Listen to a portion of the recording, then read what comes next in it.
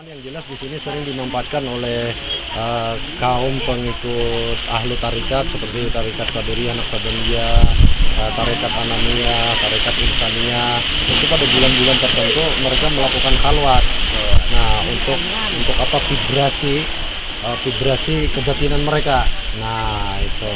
Jadi di samping mereka ziarah, mereka melakukan khalwat, mungkin ada tirakat-tirakat ya, di mana mereka di situ ada keinginan mungkin untuk mendapatkan kanuragan, mendapatkan ya ilmu-ilmu laduni ya.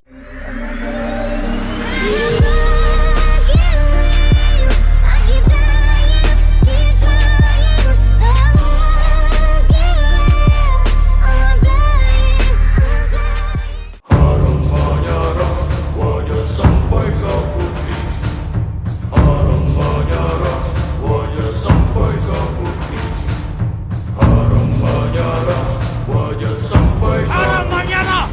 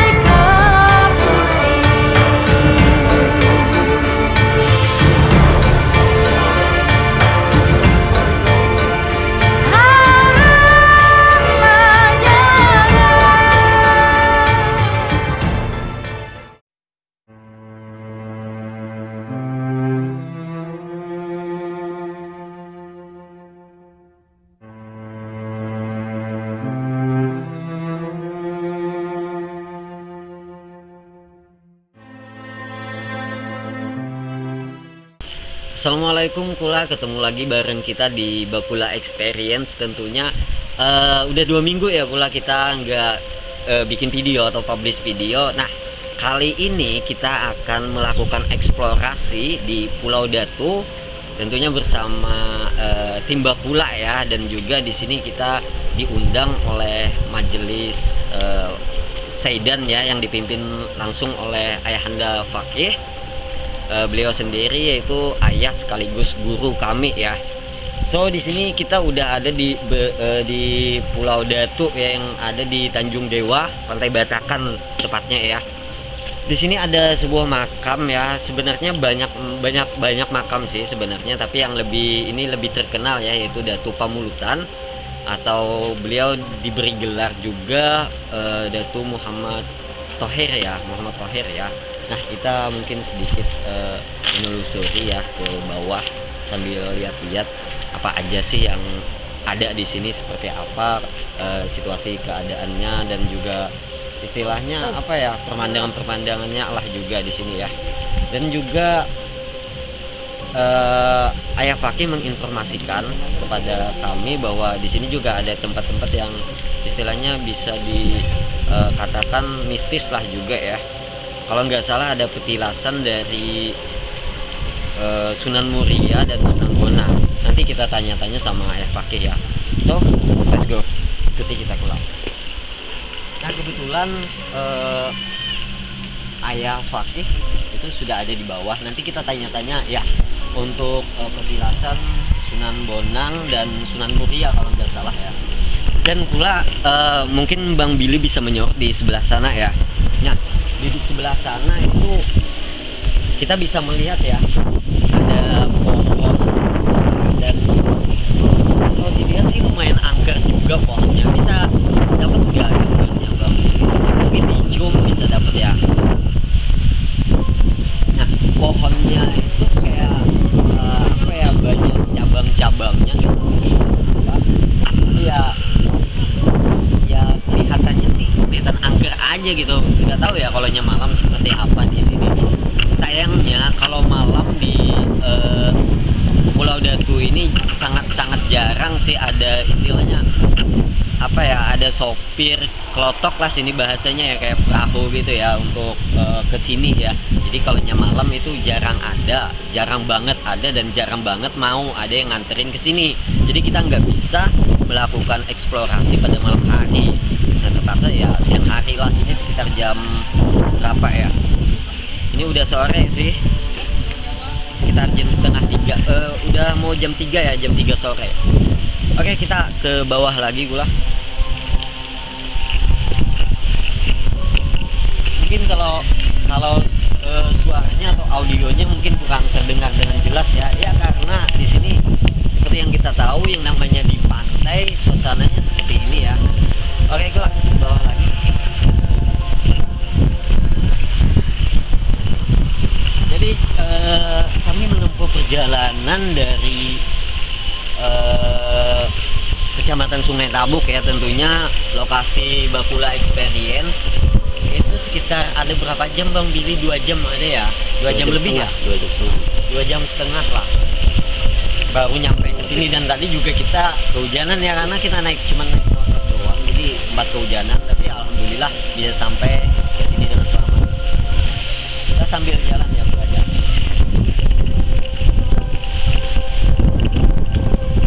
Jadi ini pertama kali ya kita ke Pulau Datu di sini ya. Dan ini pengalaman pertama juga buat tim Bakula khususnya. Nah, Bakula di bawah ada teman-teman dari majelis Saidan ya, dipimpin langsung. Mungkin nanti kita tanya-tanya ya sama Pak Gula. Jadi ngabisin rokok dulu.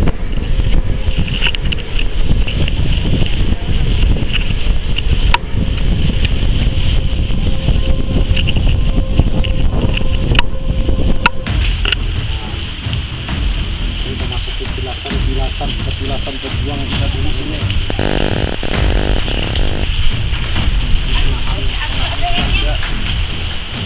Laut. Wah, ini tempat pertahanan.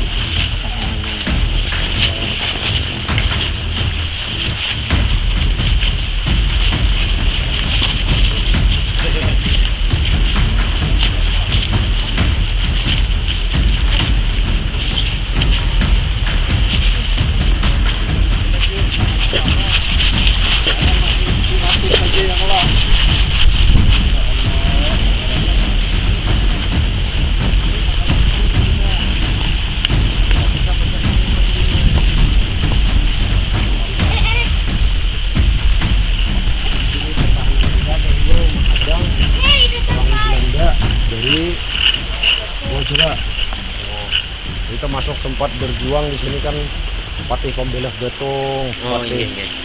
Patih apalagi tuh Sulur bersama Sultan Hamid bin Shah, Sultan Ridwan Shah. Nah itu dibantu oleh datu-datu kita yang lain.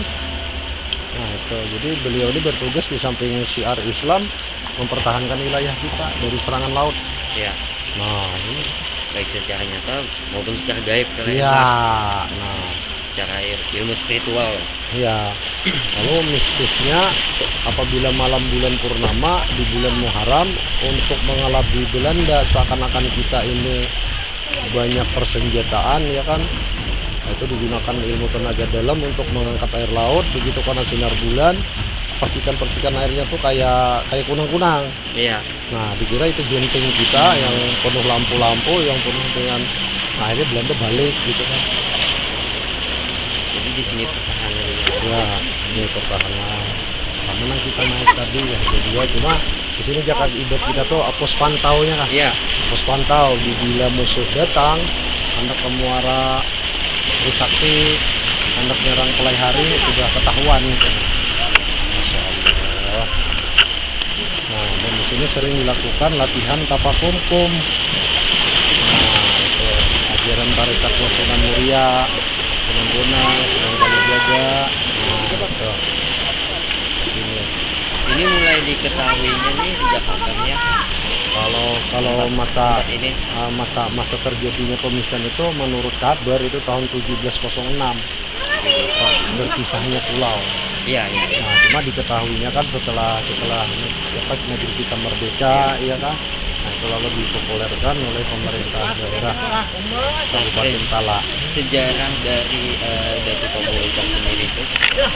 Nah, Datu Pamulutan ini kan sebenarnya beliau itu keluarga dari Kerajaan Banjar, tetapi silsilah dari Cianjur. Cianjur. Nah, jadi Datu ini itu dari Cianjur, ada perkawinan silang dengan Kerajaan Banjar. Masa artinya kemerdekaan kita dari perang saudara. Nah, kan ada minta bala bantuan dari Kerajaan Demak kan waktu Iya. itu kan. Nah, itu. Nah, mulai di situ. Nah, lalu masuklah patih-patih dari tanah Jawi ya kan, untuk membantu kita di sini. Akhirnya terlahirlah beliau dengan nama Sultan Hamid bin Shah. Nah, dan saudaranya Sultan Ridwan Shah. Nah, ini dari keluarga kerajaan.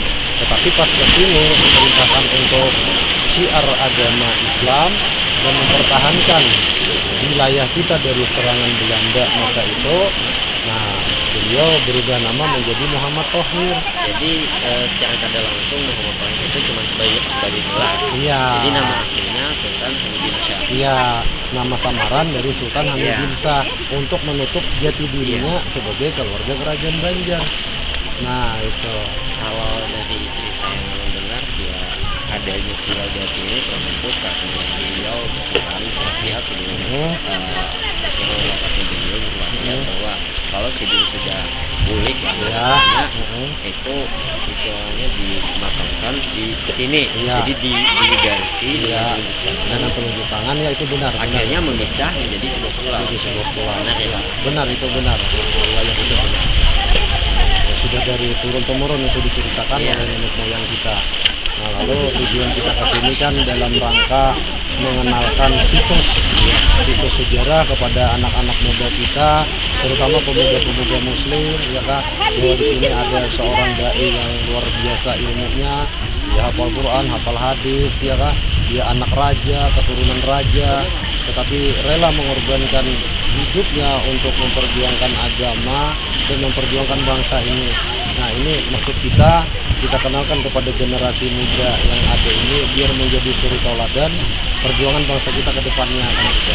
Jadi tempat ini bukan hanya sekedar buat rekreasi Iya. maupun wisata biasa Iya. aja. Mhm. Di samping itu ada juga istilahnya nilai sejarah. Sejarah ya yang harus kita ambil hikmah di Iya. situ untuk kita generasi muda khususnya ya kan, biar kita bersemangat gitu untuk memperjuangkan negeri ini bagaimana bisa makmur, sejahtera dan sentosa kan gitu. Nah, lalu di sisi supranaturalnya, nah ini dulu konon ceritanya ada pernah kita dapat cerita dari nenek moyang kita. Nah, di sini tempat pertukaran informasi antara Kanjeng Sunan Bonang, Kanjeng Sunan Muria dan datu-datu kita di sini. Nah, dalam rangka informasi pergerakan pertahanan. Nah, itu informasi. Nah, ini perlu diteliti lagi secara ilmiah. Iya. Nah, ini hanya dari cerita nenek moyang kita turun temurun dari mulut ke mulut kan itu. Nah, cuman secara ilmiahnya belum ada yang meneliti. Jadi artinya tadi secara cerita dari nenek moyang tadi artinya Sunan Muria, Sunan Bonang pernah Bertandang ke sini. Nah, dalam rangka diundang Sultan kan Iya. waktu itu, lalu mau pulang itu menyempatkan diri mampirlah istilah kata kepada Sultan Hamidin Shah. Nah, itu menurut para sejarawan Banjar kita. Cuman secara ilmiah belum ada lagi meneliti tentang kebenaran itu kan. Nah, ini perlu para ahli, iya kan. Kita ini kan cuma mendengar cerita, konon katanya kan gitu. Nah, kalau mistis, banyak di sini kalau mistis. Nah, itu yang mau Bajin tanyakan ya tadi. Di tempat ini kira-kira ayah ada kayak ngerasain sesuatu atau melihat sesuatu lah secara istilahnya metafisik atau secara batin lah, ada nggak yang lebih secara mencintai dia? Ya, kalau ini mungkin karena kondisinya siang hari ya kan, kalau aura pulau ini tidak seberapa terasa oleh kita. Nah, kalau perkara-perkara makhluk gaibnya, nah itu Allahu alam kan. Iya. Cuman yang jelas di sini sering dimanfaatkan oleh kaum pengikut ahlu tarikat seperti tarikat Qadiriyah, Naqsabandiyah, tarikat Anamiyah, tarikat Insaniyah. Itu pada bulan-bulan tertentu mereka melakukan khalwat. Nah, untuk apa vibrasi kebatinan mereka. Nah, itu. Jadi di samping mereka ziarah, mereka melakukan halwat, mungkin ada tirakat-tirakat, ya, di mana mereka di situ ada keinginan mungkin untuk mendapatkan kanuragan, mendapatkan ya ilmu-ilmu laduni, ya sesuai dengan bimbingan syekh mursyid mereka. Nah itu.